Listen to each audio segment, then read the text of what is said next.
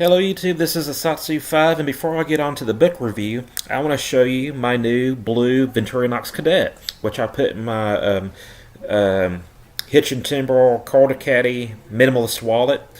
And why am I showing you this? One, I'm very excited to get this Cadet, and two, it showed up late, so it really built up the anticipation of it, and so I'm just excited that it came in and it's not lost in the mail. But yeah, I got a blue one. I have a blue knife collection. My brother has a red one. I personally think the red one looks more traditional. It looks more Venturinoxy, but the blue one's cool. It goes with my blue knife collection. But now that I got that out of the way, book review: The Animal Farm by George Orwell. Am I saying that right? George Orwell, I think is how you say it. Orwell. And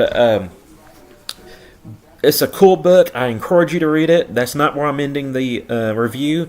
What it is a satirical reflection of the rise to power of Stalin and communism. And basically, what happens at the beginning of the book, there was this pig named Major, and he foretells that there'll be a revolution, and the animals will take control of the farm. And this revolution happens. This is the Russian Revolution in this universe. It's an allegory to the Russian Revolution. And two pigs come into power, and pigs are deemed to be smarter than the other animals, so they do a lot of the debating and talking and stuff.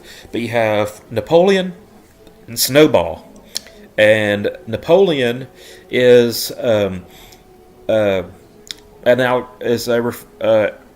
allusion to Stalin, and Snowball is Trotsky. And if you know the story of Stalin and what happens to Trotsky, then you know a good portion of the book. But anyways, the animals control the farm, and they rename it Animal Farm. They come up with this new ideal called aminalism, which is communism.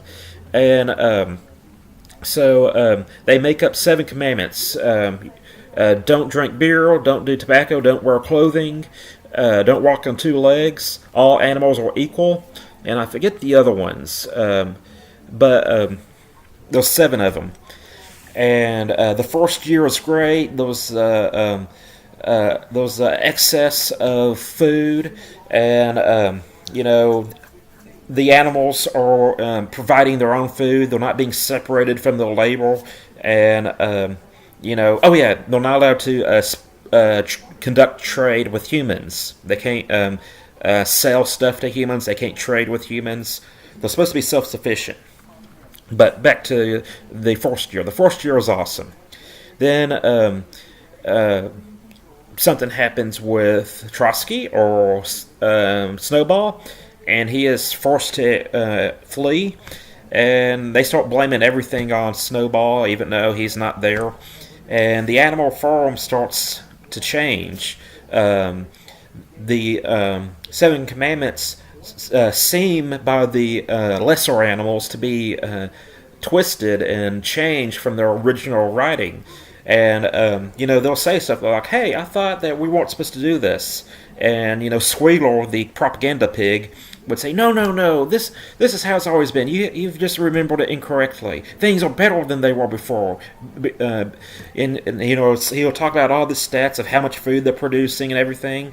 And by this time, the food is not very plentiful. But there's several obstacles that they're trying to overcome, and every time they question what's going on, Squealer will say, No, everything is fine, everything's better than it was when we worked for the man, Mr. Manor, I think is his name, because it's the Manor Farm, before it turned to the Animal Farm. But the pig was the Squealer pig.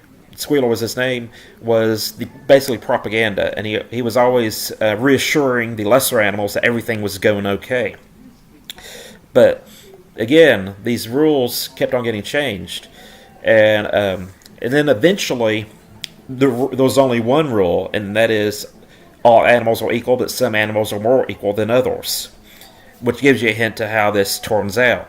And if you know how communism in Russia and Eastern Europe went, then you know a good bit about this book. But Anyways, some very terrible things happen in this book. It's a very dark book, in my opinion, but it's a very relevant book. If you're interested in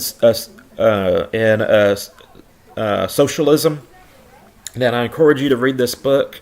It'll probably shed some light on some things.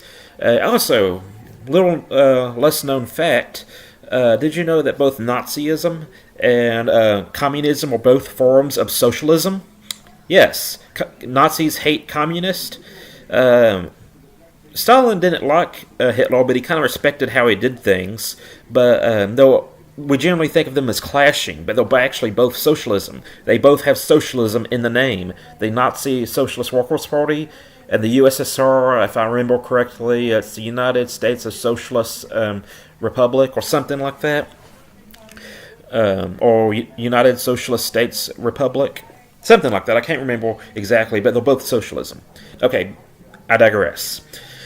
But I feel this is a very valid book because, on one hand, it's fantasy. It's talking animals, and these animals, although are different species of animals, they can all communicate the same language for some reason. So, in that sense, it's fantasy. But on the other hand, it's based in truth and history.